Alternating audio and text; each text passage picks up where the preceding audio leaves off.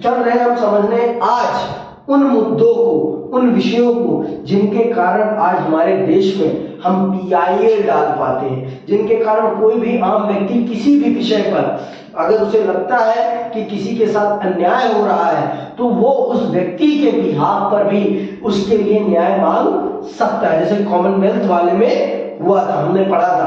तो यह समझना हम सबके लिए बहुत जरूरी है कि इस चीज ने, इस न्यायिक सक्रियता ने किस प्रकार से समाज में न्याय की आवाज को बुलंद किया और समाज को न्याय के रास्ते पर ले गया, और जो लोग असमर्थ थे न्याय प्राप्त करने में उन लोगों को भी कैसे न्याय मुहैया कराया इस न्यायिक सक्रियता ने। तो आपकी अदालत ने ये न्यायिक सक्रियता कब प्रारंभ करी और इसका देश को किस प्रकार से लाभ हुआ, देश की जनता को किस प्रकार से लाभ हुआ, उनके अधिकारों को प्राप्त करने में उन्हें किस प्रकार से इसने लाभ प्रदान किया है, ये चल रहे हैं बखूबी समझने। तो चलिए पढ़ते हैं और जानते हैं कि क्या है न्यायिक सक्रियता। क्या आप न्यायिक सक्रियता अथवा जनहित याचिका के बारे में जानते हैं? सुना है कभी न्यायिक सक्रियता या जनहित याचिका? जनहित याचिका तो शब्द से ही पता चल रहा है कि इसका क्या अर्थ है। जन के हित में कोई याचिका डालना, जनता के हित में कोई याचिका डालना, उसे ही जनहित याचिका कहते हैं। आजकल न्यायपालिका पर चर्चा में इन दोनों शब्दों का अक्सर प्रयोग होता है। अनेक लोगों का मानना है कि इन दोनों ने न्यायपालिका के कार्यों में क्रांतिकारी परिवर्तन कर उन्हें पहले से अधिक जनमुखी बना दिया। बहुत सारे लोगों का, मेरा भी मानना है कि जनहित याचिका ने जनता के अधिकारों को उन्हें मुहैया कराने में बहुत बड़ी भूमिका निभाई है। क्यों? क्योंकि इसने जनता के लिए जो बैरियर था न्यायपालिका तक पहुंचने का, बहुत लोगों के पास पैसे नहीं थे और बहुत लोगों को तो अपने अधिकारों के बारे में पता ही नहीं था, तो इसने उनके बिहाफ पर दूसरे लोगों को न्यायपालिका में जाकर उनके लिए न्याय की मांग करने का रास्ता खोल दिया कि अगर मैं समर्थ नहीं हूं तो मेरे लिए कोई और भी कर सकता है। और अगर लगता है कि इस एरिया में बच्चों के साथ शोषण हो रहा है और बच्चे उस चीज को करने में समर्थशाली नहीं है तो उनके बिहाफ पर कोई राजनीतिक कार्यकर्ता या समाज कल्याणकारी कार्यकर्ता उनके बिहाफ पर याचिका डालकर उन्हें न्याय उपलब्ध करवा सकता है। तो इसने सच में न्याय के क्षेत्र में बहुत बड़ी क्रांति करी, ये किसी से छिपी हुई नहीं है। और हमने जब हम अधिकार वाला चैप्टर पढ़ रहे थे उसमें हमने इसके बहुत ही प्यारे दो उदाहरण भी देखे थे। कॉमनवेल्थ में मजदूरों को उनका हक दिलाने में और आपके जेल में बंद मचंग लालूम को उनका अधिकार मुहैया कराने में किस प्रकार से आपकी जनहित याचिकाओं ने या कहिए समाज सेविकों ने किस प्रकार से काम किया और उन्हें उनके अधिकार मुहैया कराए गए। तो आइए इसको विस्तार से समझना हम सबके लिए इसलिए जरूरी है क्योंकि अगर हम नहीं जानेंगे कि क्या प्रक्रिया और इसका क्या इतिहास है तब तक हम इसे सही ढंग से इसका मूल्यांकन नहीं कर पाएंगे कि इसका कितना महत्व है। देखो जब तक हम किसी चीज के लिए संघर्ष नहीं करते ना तब तक हमें उस चीज की वैल्यू नहीं पता होती। जैसे आज के समय पे लोगों को आजादी का अर्थ नहीं पता और जिस दिन वो पिंजरे में कैद हो जाएंगे, जेल में बंद व्यक्ति से पूछो आजादी का क्या मतलब होता है, वो बताएगा आपको कि आजादी क्या होती है। जब किसी की स्वतंत्रता जब छीनती है ना तब उसे पता चलता है आजादी क्या होती है। और जब तक रहती है, जब तक किसी चीज के लिए आपको संघर्ष नहीं करना पड़ता तब तक आप उसकी वैल्यू नहीं करते। ये साफ बात है, ये बहुत ही सरल और स्पष्ट बात है। अगर आप संघर्ष नहीं कर रहे उस चीज के लिए तो आपको उस चीज की वैल्यू नहीं पता होती है और ये बहुत ही सामान्य बात है। तो अगर आज के समय पे हमें तो ये अधिकार मिल चुका है, आज के समय जिन लोगों ने इस चीज के लिए संघर्ष किया है ना, अगर हम उनके अनुभवों को नहीं पढ़ेंगे, नहीं जानेंगे तब हम इसका महत्व नहीं समझ पाएंगे। तो इसीलिए आपको ये पढ़ाया जा रहा है। भारत में न्यायिक सक्रियता का प्रमुख साधन जनहित याचिका या सामाजिक व्यवहार याचिका रही है। इसे इंग्लिश में क्या कहते हैं? Social action litigation. क्या कहते हैं? सोशल एक्शन लिटिगेशन भी कहा जाता है। आखिर जनहित याचिका है क्या? ये जानना हम सब के लिए बहुत जरूरी है कि आखिर जनहित याचिका है क्या। तो यही प्रश्न भी आता है, यही प्रश्न भी आएगा बच्चा कि जनहित याचिका क्या है। तो इसका बहुत स्पष्ट और ये एक जनरल नॉलेज बेस्ड क्वेश्चन है। ये क्या है? General knowledge based question. इसे हम आप कह सकते हैं व्यवहारिक प्रश्न भी कह सकते हैं हम इसे, क्योंकि आपको एक उदाहरण दे दिया जाएगा, एग्जाम्पल दे दिया जाएगा और उसमें फिर आपसे पूछ लिया जाएगा कि इसमें आप इनको न्याय दिलाने के लिए किस प्रकार की कार्यवाही करेंगे। तो चलिए समझ लेते हैं कि जनहित याचिका क्या है, जिससे कि आप इसका बहुत अच्छे से उत्तर दे सकें। कब और कैसे इसकी शुरुआत हुई? जनहित याचिका क्या है और कब और कैसे इसकी शुरुआत हुई? कानून की सामान्य क्रिया में कोई व्यक्ति तभी अदालत जा सकता है जब उसका कोई व्यक्तिगत नुकसान हुआ हो।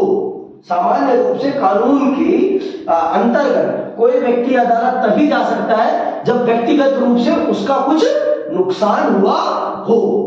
बिना उसके नुकसान हुए वो अदालत का दरवाजा नहीं खटखटा सकता। लेकिन जनहित याचिका में मैंने पहले ही बता दिया आपको, जनहित याचिका में चाहे आपका व्यक्तिगत नुकसान हुआ हो या ना हुआ हो, आप समाज में किसी के साथ कुछ गलत होते हुए देख रहे हैं या समाज में कुछ गलत होते हुए देख रहे हैं, तो उसके बिहाफ पर भी आप जा सकते हैं अदालत में और न्याय की मांग कर सकते हैं। तो आइए विस्तार से इसे समझते हैं। इसका मतलब यह है कि अपने अधिकार का उल्लंघन होने पर या किसी विवाद में फंसने पर कोई व्यक्ति इंसाफ पाने के लिए अदालत का दरवाजा खटखटा सकता है ना। यह है हमारे देश में सामान्य प्रक्रिया जनहित याचिका के आने से पहले। जनहित याचिका आज भी यही है, आज भी ज्यादातर जो लोग संपन्न हैं उनके लिए यही प्रक्रिया है। भाई कोई भी अदालत का चक्कर काटना पसंद नहीं करता। जिंदगी में इंसान सारे दो चीजों में चक्कर काटना कभी पसंद नहीं करता। पहली चीज अदालत, दूसरी चीज अस्पताल, है ना। ये क्यों?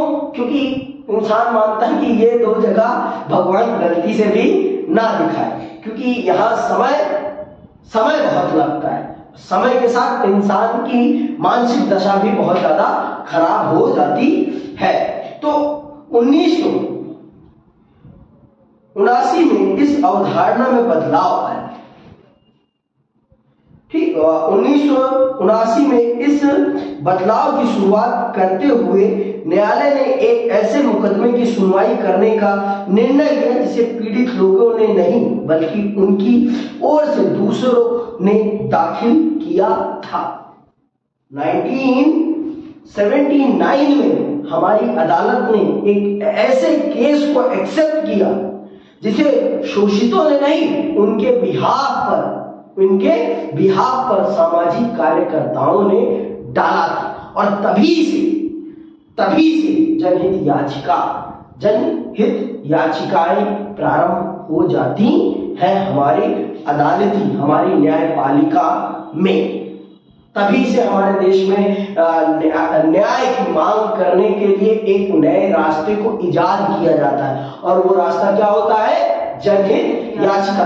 जरूरी नहीं है कि जो पीड़ित है वो ही केस डाले, उसके बिहाफ पर कोई और भी कर सकता है, क्योंकि जो पीड़ित है वो सक्षम नहीं है तभी तो नहीं कर पा रहा है ना। अगर वो सक्षम होता तो क्यों ना करता वो? इसका मतलब है वो सक्षम नहीं है, उसके पास इतना रिसोर्सेज नहीं है कि वो अपने अधिकारों की लड़ाई लड़ सके। मैंने आपको बोला था जय भीम देख लेना, नहीं देखी होगी। जय भीम देखोगी तो आप ये पाओगी कि वहां पर भी यही है। वहां पर भी वो एक प्रकार से जनता कोई और उस महिला का केस लड़ता है, मतलब कोई और उसे अदालत तक पहुंचाता है, फिर अदालत में उसके लिए कानूनी कार्रवाई करने का काम किया जाता है। आप एक बार उस मूवी को देखो तो आपको पता चलेगा कि क्या ताकत है न्यायपालिका की, और न्यायपालिका किसी को किसी के अधिकारों को उपलब्ध कराने में कितनी बड़ी भूमिका निभाती है, और क्यों हमारे देश में अदालत को इतना ज्यादा महत्व दिया जाता है, क्यों लोग वकील बनना बहुत पसंद करते हैं, क्यों लोग काला कोट पहनकर लोगों के अधिकार मुहैया कराने की बात करते हैं। ये आपको बहुत बखूबी समझ में बात आ जाएगी। तो 1979 के बाद हमारे देश की न्यायपालिका में एक क्रांति आती है। यहां से हमारे देश में जनहित याचिका की बात प्रारंभ होती है।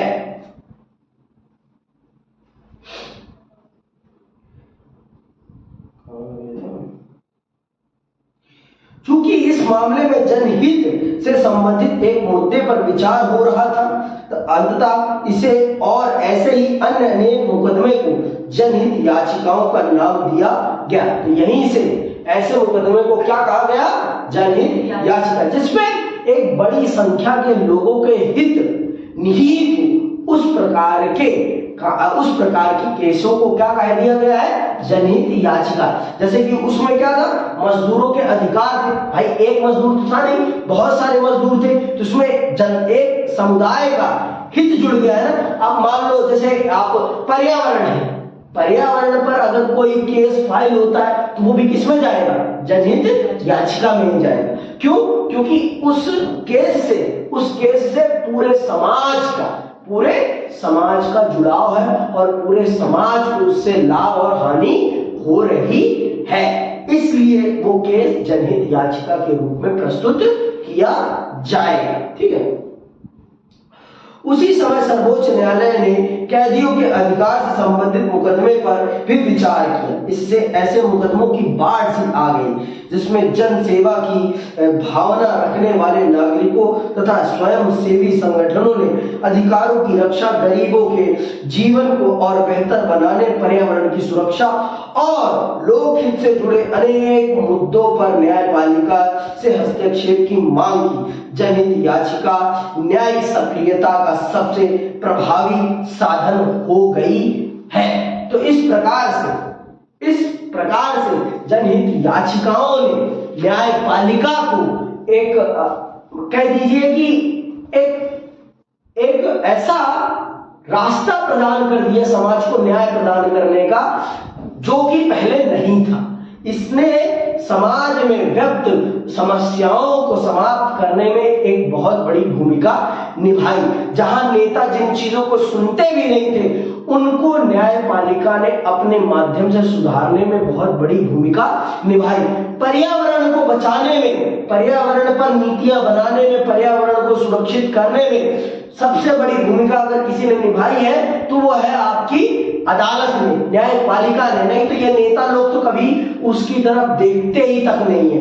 ये लोग इतने स्वार्थी हैं कि अपने स्वार्थ के लिए ये लोग किसी भी चीज को बेच सकते हैं, किसी भी चीज का शोषण होने दे सकते हैं। इनको कोई फर्क नहीं पड़ता कि पर्यावरण का क्या हो रहा है, बस इनकी जेब में पैसा आना चाहिए। तो न्यायपालिका ने और स्वयं सेवी संगठनों ने, एनजीओज ने इस चीज का लाभ उठाते हुए देश को न्याय, देश के संसाधनों को सही रूप से बांटने में और देश की गरीब जनता को उनका अधिकार दिलाने में बहुत बड़ी भूमिका निभाई और जनता को उनका अधिकार मुहैया हुआ। इसके माध्यम से किसी के द्वारा मुकदमा करने पर उस मुद्दे पर विचार करने के साथ साथ न्यायपालिका ने अखबार में छपी खबरों और डाक से प्राप्त शिकायतों को आधार बनाकर उन पर भी विचार करना शुरू कर दिया। इस तरह न्यायपालिका की यह नई भूमिका न्यायिक सक्रियता के रूप में लोकप्रिय हुई। न्यायपालिका ने अखबारों में छपने वाली मुद्दों को भी उठाया जो उन्हें लगता था कि ये जनता से संबंधित है, और अगर लेटर बॉक्स से किसी ने समस्या भेजी और अदालत को लगती है ये जेन्युइन प्रॉब्लम है, तो उसको भी एक्सेप्ट किया और उन केसेस पर स्टडी करी और उन पर डिसीजन दिया और सरकार को कहा कि आप इस पर काम कीजिए। और इसी को क्या कहा गया है? इसी को न्यायिक सक्रियता कहा गया है।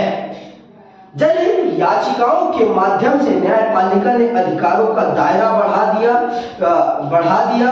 शुद्ध हवा, पानी और अच्छा जीवन पाना पूरे समाज का अधिकार है। न्यायालय का मानना था कि समाज के सदस्य के रूप में अधिकारों के उल्लंघन पर व्यक्तियों को इंसाफ की गुहार लगाने का अधिकार है।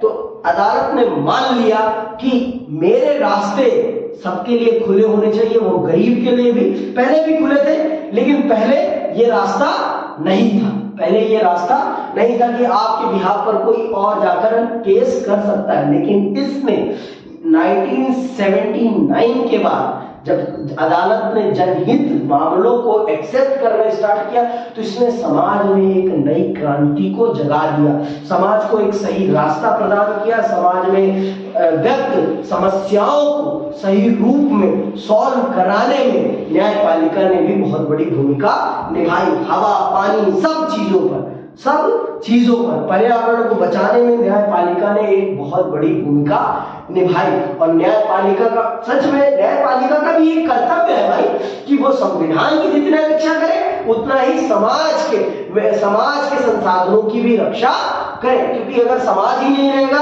तो संविधान रख के क्या हम चाटेंगे? कुछ नहीं फायदा।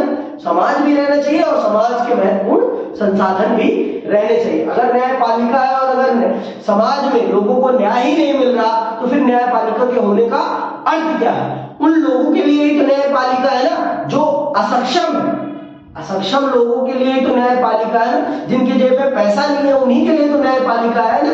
लेकिन अगर उनको ही न्याय नहीं मिल रहा तो फिर न्यायपालिका का होने का मतलब क्या है? तो जनहित याचिकाओं ने, न्यायिक सक्रियता ने अदालत को उन लोगों के करीब पहुंचा दिया। इस प्रकार से अदालत ने उनकी समस्याओं को सुना और उनकी समस्याओं का समाधान करने में अपनी महत्वपूर्ण भूमिका निभाई। ठीक, आगे सुनो। इसके अतिरिक्त 1980 के बाद जनहित याचिकाओं और न्यायिक सक्रियता के द्वारा न्यायपालिका ने उन मामलों में भी रुचि दिखाई जहां समाज के कुछ वर्गों के लोग आसानी से अदालत की शरण नहीं ले सकते। इन उद्देश्य की पूर्ति के लिए न्यायालय ने जन सेवा की भावना से भरे नागरिक, सामाजिक संगठन और वकीलों को समाज के जरूरतमंद और गरीब लोगों की ओर से याचिका दायर करने की इजाजत दे दी। तो 1980 में और भी सरल रास्ता बना दिया उन पिछड़े हुए, उन शोषित लोगों को न्याय प्राप्त कराने में कि आपके बिहाफ पर कोई और भी केस फाइल कर सकता है। अगर आप सक्षम नहीं है तो आपके बिहाफ पर कोई और केस फाइल करके आपको न्याय दिला सकता है। तो इस प्रकार से आपकी अदालत ने जनता के लिए अपने दरबार को पूरी तरीके से खोल दिया कि आपकी समस्याओं को ही सुधारने के लिए हम बैठे हैं, और अगर हम आपकी समस्याएं नहीं सुधार पा रहे हैं तो ये हमारे लिए बहुत ही दुख की बात है। तो उन्होंने 1980 में ऐसे कदम उठाए जिसके माध्यम से जनता के लिए न्याय का दरबार बहुत ही सरल हो गया और बहुत ही स्पष्ट हो गया। गरीब से गरीब व्यक्ति को भी न्याय मिलने की आशा हो गई। नहीं, पहले तो ये आशा नहीं थी क्योंकि उसके पास न इतने संसाधन थे, न इतना पैसा था कि वो अदालत तक जा पाए। अदालत जाना कोई आसान काम नहीं है। अदालत में केस फाइल करना कोई आसान काम नहीं है। अदालत में केस फाइल करने के लिए बहुत सारे टंटे होते हैं, बहुत सारे टंटे, जो कि हम लोगों को पता भी नहीं होते। आपको एक सामान्य केस फाइल करने में भी, सामान्य सा केस फाइल करने में भी कम से कम 10-20 हजार रुपए लग जाएंगे। 10-20 हजार रुपए, ये है, इतना प्रोसीडिंग है। और वो प्रोसीडिंग हमें पता भी नहीं होती, पेपर वर्क तो पता ही नहीं होते। बहुत लोग बोलते हैं कि न्याय पाना बहुत आसान है। न्याय पाना आसान नहीं है, न्याय पाना बहुत ही मुश्किल काम है। लेकिन हाँ, न्याय मिलता है, ये सच है। लेकिन न्याय का रास्ता आसान कभी नहीं होता। न्याय का रास्ता बहुत ही मुश्किल होता है। न्याय का रास्ता बहुत ही मुश्किल होता है। इसीलिए ये कहा जाता है कि भैया 2 जगहों से हमेशा बच के रहा जाए तो बहुत अच्छा है। एक है अस्पताल, दूसरा है अदालत। इसीलिए लोग कहते हैं। लेकिन बहुत से लोग बहुत सारी गलतियां करते हैं और जिसके कारण बहुत सारे लोगों को अदालत जाना पड़ता है। बहुत सारे लोग अपने छोटे से लाभ के लिए दूसरों के अधिकारों का हनन करते हैं, दूसरों के अधिकारों का हनन करते हैं, दूसरों के साथ धोखाधड़ी करते हैं। इस कारण से उन्हें अदालत की शरण लेनी पड़ती है। अदालत का रास्ता आसान नहीं है, लेकिन न्याय जरूर मिलता है। आगे सुनिए। न्यायिक सक्रियता का हमारी राजनीतिक व्यवस्था पर बहुत प्रभाव पड़ा है, बहुत अच्छा प्रभाव पड़ा है न्यायिक सक्रियता, क्योंकि इसने हमारे जनप्रतिनिधियों के अंदर एक चेतना को जगाया कि आप अपना काम सही से करिए, नहीं तो आपको भी आपके पद से हटाने में न्यायपालिका ज्यादा समय नहीं लगाएगी। आप अगर अपना काम नहीं करेंगे तो आपको भी आपके पद से हटाने में न्यायपालिका ज्यादा समय नहीं लगाएगी। अगर जनप्रतिनिधि है आप तो किस लिए है? आप जनता की समस्याओं का समाधान करने के लिए तो है आप, पर आप जनता की समस्याओं का समाधान नहीं कर रहे। जनता मेरे पास आ रही है, क्यों आ रही है भाई? इसका मतलब आप अपने कामों को सही ढंग से अंजाम नहीं दे रहे हैं। आपको जिस काम के लिए बिठाया गया है उस पद पर आप उस काम को सही से नहीं कर रहे हैं। ये बात स्पष्ट हो जाती है इस बात से। अगर आप अपने काम को सही ढंग से कर रहे होते तो जनता मेरे पास न्याय मांगने क्यों आती? तो इसने न्यायिक सक्रियता ने राजनीति को भी प्रभावित किया और राजनीति को अपने दायित्वों को निभाने के लिए मजबूर किया कि आप अपने दायित्वों को निभाएं। जो आपका दायित्व है उन दायित्वों का निर्वहन करें। अदालत ने दबाव डाला उस पर कि आप अपने दायित्वों का निर्वाह क्यों नहीं कर रहे? क्यों जनता मेरे पास आ रही है? अगर आप अपने दायित्वों का निर्वाह नहीं करेंगे तो आपको आपके पद से हटाने में मुझे समय नहीं लगेगा। भाई इसके पास ताकत है संविधान की रक्षा करने की, और आप संवैधानिक पद पे रहते हुए आप अपनी जनता के अपने संवैधानिक कर्तव्यों का निर्वहन कैसे नहीं करेंगे? यही चीज कराने के लिए तो न्यायपालिका है। तो न्यायपालिका इस चीज में हमारे नेताओं की, हमारे जनप्रतिनिधियों की जनता के प्रति उत्तरदायित्व को बढ़ाने में बहुत बड़ी भूमिका निभाई है। आगे सुनिए। इसने न केवल व्यक्तियों बल्कि विभिन्न समूहों को भी अदालत जाने का अवसर मिला। इसने न्याय व्यवस्था को लोकतांत्रिक बनाया और कार्यपालिका उत्तरदायी बनने पर बाध्य, देख लो, कार्यपालिका को उत्तरदायी करने पर बाध्य करने। अब अदालत के माध्यम से आप सरकार से किसी भी विषय पर प्रश्न कर सकते हैं। अब जैसे महाराष्ट्र के मामले में है, महाराष्ट्र में शिवसेना की सरकार गिरा दी गई तो शिवसेना उसके लिए अदालत चली गई है कि जनता ने हमारी सरकार चुनी थी, जनता ने मेरी पार्टी को वोट दिया और मेरे विधायकों को गलत तरीके से खरीद लिया गया है, तो ये जनता के साथ धोखा है। तो इस चीज को लेकर शिवसेना अदालत जा रखी है। देखते हैं क्या होता है आगे का। चुनाव प्रणाली को भी इसने ज्यादा मुक्त और निष्पक्ष बनाने का प्रयास किया। न्यायपालिका ने चुनाव लड़ने वाले प्रत्याशियों को अपनी संपत्ति, आय और शैक्षणिक योग्यताओं के संबंध में शपथ पत्र देने का निर्देश दिया ताकि लोग सही जानकारी के आधार पर अपने प्रतिनिधियों का चुनाव कर सकें। इसने आपके प्रतिनिधियों के चयन में भी एक स्पष्टता, एक पारदर्शिता को लाने में बहुत बड़ी भूमिका निभाई कि आपको पता रहे आप जिन नेताओं को चुन रहे हैं उनके अंदर क्या योग्यता है, वो उन्होंने कितने अपराध किए, उनके पास कितनी संपत्ति है, उनकी कितनी शैक्षिक योग्यता, ये सब आपको पता रहे। इस चीज को और आपके नेताओं को सही रास्ते पर रखने में बहुत बड़ी भूमिका निभाई है आपकी अदालत ने। नहीं तो पहले आपके यही जनप्रतिनिधि, बीच के दौर में यही जनप्रतिनिधि बहुत सारे गलत कामों को करवाते थे और जनता अदालत जा नहीं पाती थी या जनता को दबा के रखा जाता था। तो इसने जनता को और जनता के अधिकारों को सुरक्षित करने में बहुत बड़ी भूमिका निभाई। किसने? जनहित याचिकाओं ने, या कहिए न्यायिक सक्रियता। ठीक, और आपके देश के लोकतंत्र को बचाने में बहुत बड़ी भूमिका निभाई।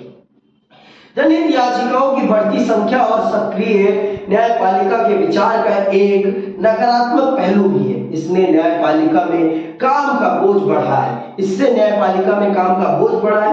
दूसरे न्यायपालिका से विधायिका, कार्यपालिका और न्यायपालिका के कार्यों के बीच का अंतर धुंधला हो गया है। इसने तीनों के बीच में जो बड़े कार्यों को था उस कामों में भी एक धुंधलाहट ला दी है कि अब हमें पता ही नहीं चलता कि किस काम के लिए कहाँ जाना चाहिए। अगर कार्यपालिका उस काम को नहीं करते तो हम सीधे अदालत चले जाते हैं। तो इस चीज ने तीनों के शक्ति के बंटवारे के संविधान के ढांचे में थोड़ा धुंधलापन पैदा कर दिया है।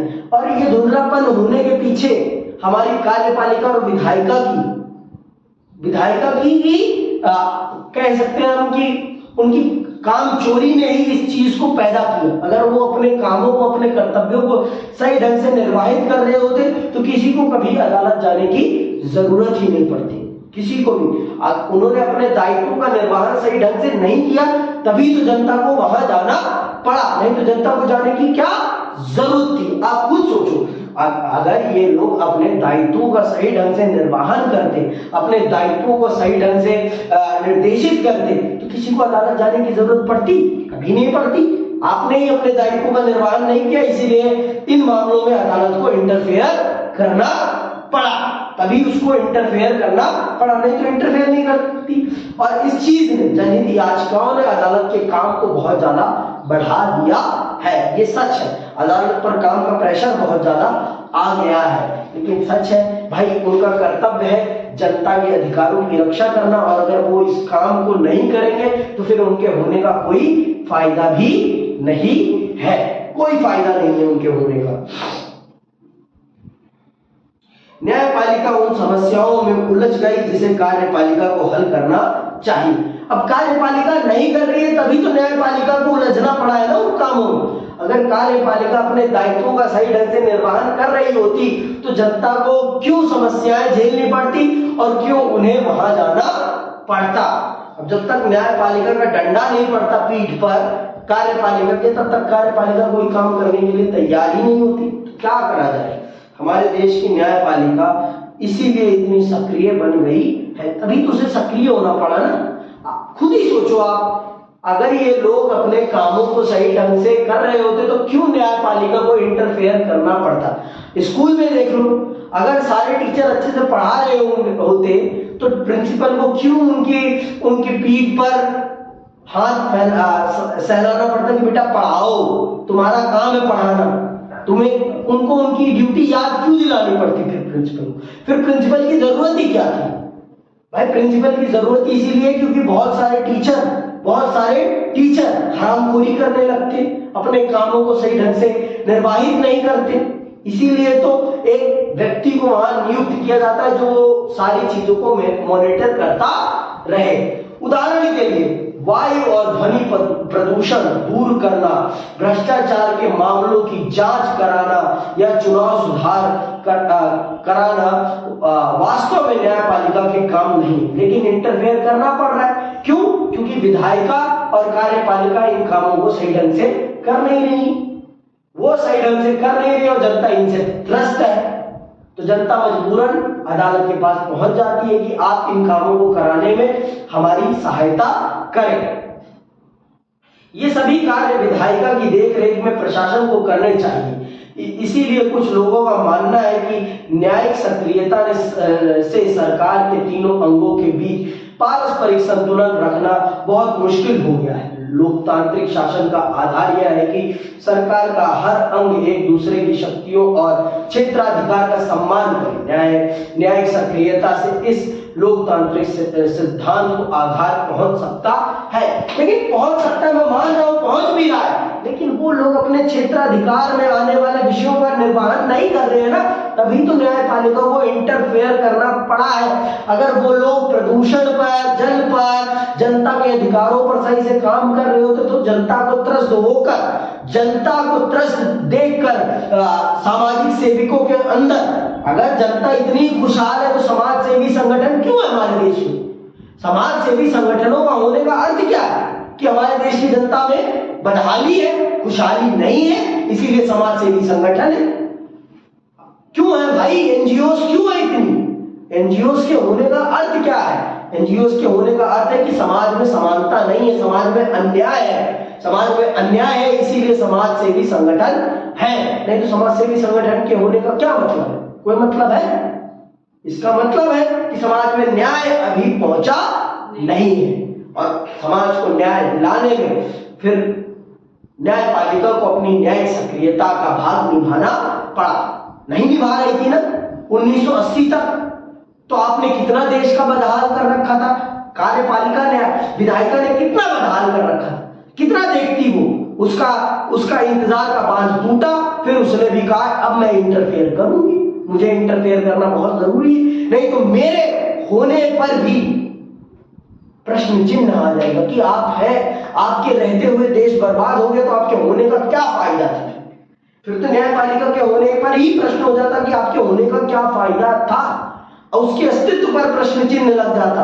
आपके होते हुए देश बर्बाद हो गया तो फिर आपको रखने का मतलब क्या, आपको इतने अधिकार देने का मतलब क्या, इतने रिसोर्सेज देने का मतलब क्या है? फिर तो मेरे अस्तित्व पर प्रश्न आ जाता ना। इसीलिए न्यायपालिका को फिर इंटरफेयर करना पड़ा, फिर इस धुंधलेपन को लाना पड़ा कि नहीं अंतर कर पाओ कि आपको कौन सा काम कार्यपालिका का, कौन सा काम विधायिका का। अगर ये लोग अपने कामों को सही ढंग से निर्वाहित करने लगे तो फिर न्यायपालिका इंटरफेयर करना बंद कर देगी। और मैं भी आशा करता हूं कि हमारी सरकारें अपने दायित्वों का सही ढंग से निर्वहन करें, जिससे कि जनता को अदालत का दरवाजा ना खटखटाना पड़े।